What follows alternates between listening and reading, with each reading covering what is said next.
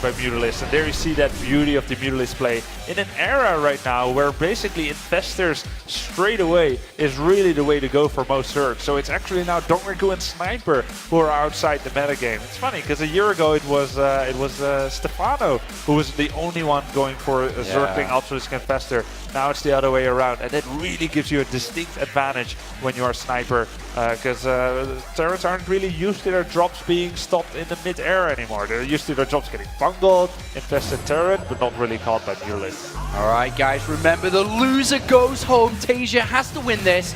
Let's get into this next map.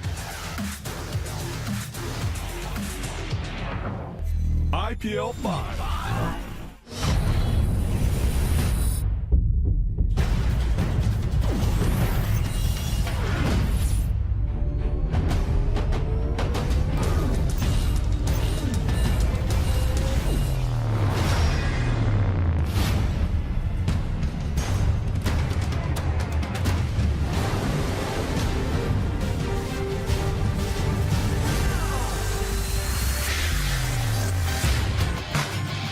Welcome to IPL 5, Ohana. What a fantastic introduction there. Thank you, GON TV, who are doing all the production this weekend, and Legend and Heaven Dom doing the observing, making this tournament one of a kind here. And now we are in the game, so let's go ahead and introduce our two players here in the top left, currently leading against Liquid TaeJa. It is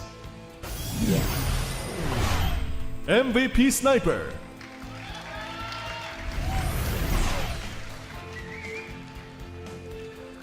There he is, looking very comfortable, currently leading 1-0, a great place to be in, but his opponent has, as you said earlier, something to say about it. Down here, spawning as the blue Terran, Team Liquids, he is... Liquid TaeJa. Almost messed that one up, Grubby, almost. But not quite. Salvaged that one.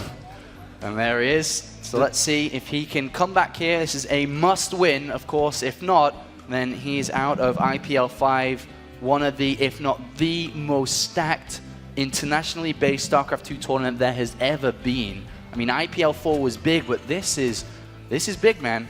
This is bigger than big, wouldn't you say? This is huge. It is very big.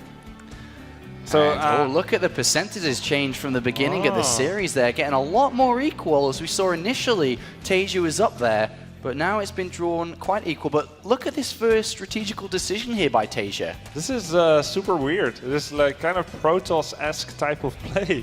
Going for that supply depot there, I do think it got cancelled. Yeah, it did. It got cancelled. So delay on that hatchery, quite a good delay, about a minute or so. So it forced Sniper to go for spawning pool first, and that's a nice little gain for TaeJa, who is going for command center first and actually started it before the hatchery was started. Yeah, and he's going to have to wall off here, and that drone could actually be quite a nuisance, especially if it regenerates here. As lings are being made for lings, we're going to have to see quite a bit of repairing it. Second barracks has to come down to complete the wall off, otherwise the lings just get in. And it should be okay. The Marine will pop out about the time the lings get there, but it's going to be quite close. We could see some damage done. Yes, apparently drones also can be annoying, just like probes. And it's regenerating all the while and keeps harassing that SCV, which every now and then forces TaeJa to halt production for just the slightest bit. And since the drone is already there, why not? Now, what is TaeJa going to do? Is he going to throw up gases? Is he going to make another command center? First of all, of course, he'll be morphing his command centers into orbital commands. And then we'll see where he really wants to go.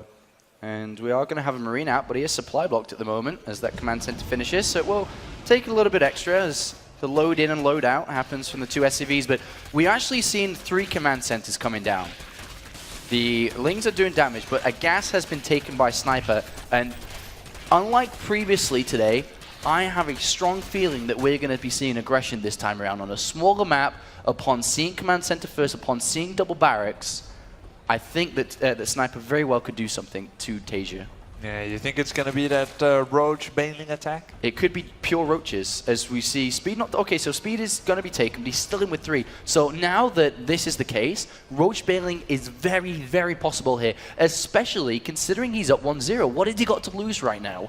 If he can gamble and get... We are in Las Vegas, so it is right to gamble here. If he can gamble and get the win, 2-0, congratulations. Of course, these guys are not 21, I don't think. Oh. So no gambling here. Both players will play very, very safe. Well, we'll see. As a second gas has been taken now, and that is another sign towards what's been mentioned. But he actually just cancelled it. Ah, and taken punking a third the casters. base. It's a very good strategy. Well, what did he read? Well, let's have a look. I mean, he hasn't read it. Oh, the barracks being lifted up and placed on the natural. That makes the sense. Okay, so initially here, Sniper was going to, with the second gas being taken, but upon seeing a barracks being constructed on the ramp and then the double barracks being constructed as a wall-off, changed his plan. So he was like, yeah, I'll go roach bailing all in against 2 barracks. Against 3? Nah, I won't. Yeah, a complete All right. wall-off is going to make it very, very difficult to bust it there. And well, he just decides to take a third base and going to use his gas to go layer here.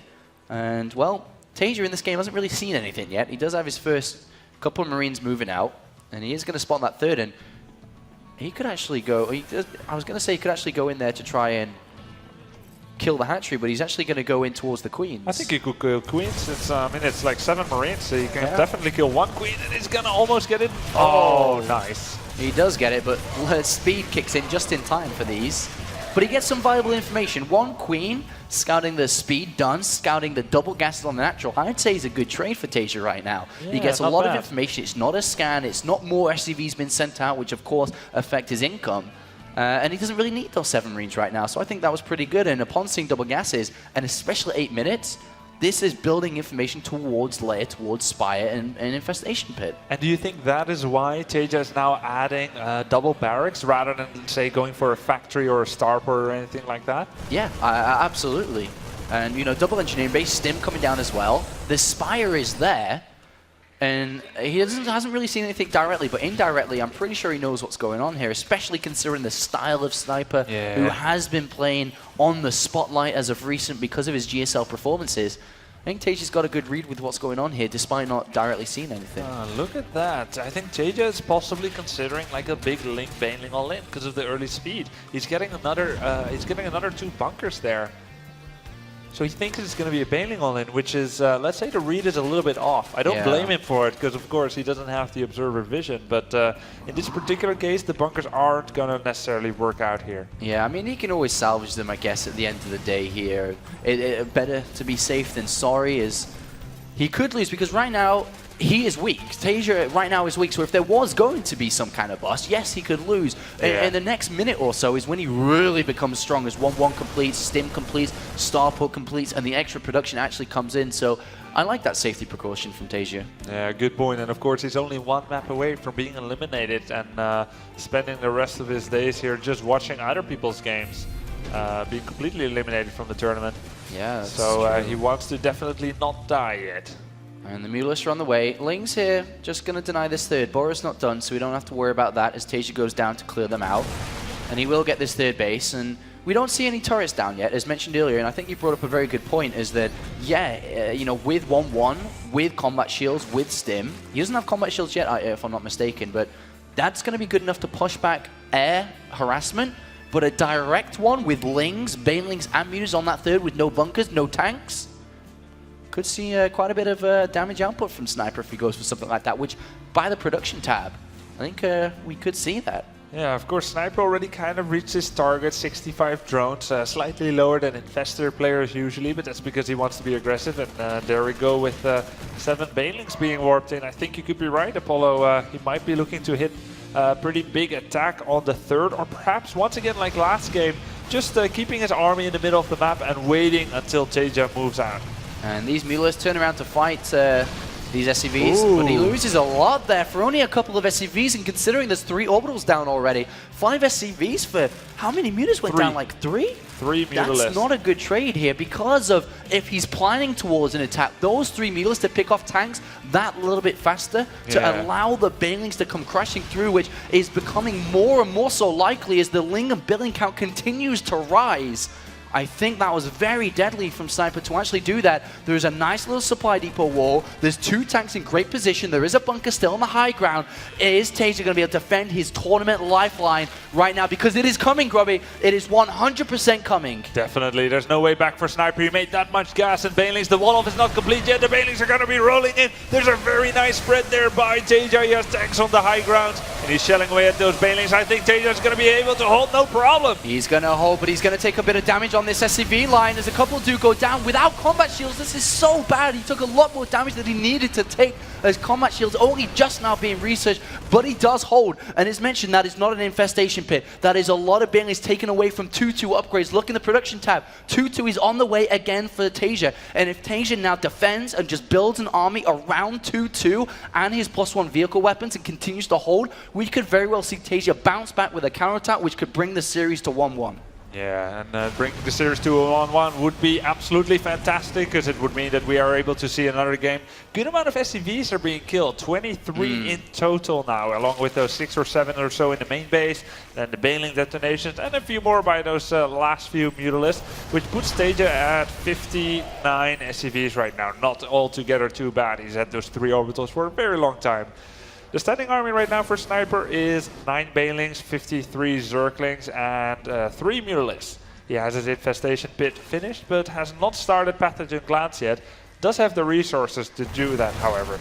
And a couple of Marines do get picked up there, but the Mutalisks, there are only 3 though, because they have been used as assault units, so that Medivac should be able to survive just about, get back into the main base and unloads. It's going to be quite close. TaeJa, 2 Marines get out, and a Mutalisk dies in turn, so not a bad trade-off there, but we are going to see the movement out here. We have a drop on the right-hand side, if I'm not mistaken, to see on the mini-map, and now TaeJa's going to move. There's the drop, and TaeJa's going to make this movement out. This could be his one chance. The Hive is on the way. The tanks are in great position. A lot of Lings go down. Very smart to siege his tanks already as he was moving out. Sniper did not know that the tanks would be unsieged. Well, he's got to target fire these Banelings or at least pick up. Okay, he's going to pick up. But now is the perfect time. If TaeJa wants to go, this is it. He needs to move out now. He's clearing the creep. He's making his movement. The drop has to buy time. It has to pull Sniper out of position. He's doing that right now. Oh, nice. Using single Marines to detonate 2 Banelings at a time. Now, I'm wondering how big is the chance that Sniper is not going to counterattack with Lynx against that third. It's looking so exposed. And TaeJa not jolting across the map, playing it very cautiously, and with a 4th command center on the way, it doesn't look like he's going to try and hit his timing, but he's definitely going to take map presence for now, especially on his side. So he's clearing the creep so he can take an easier take in 4th base. He has 3-3 on the way, which we don't see yet from Sniper, as he now just reaches Hive and will want to immediately.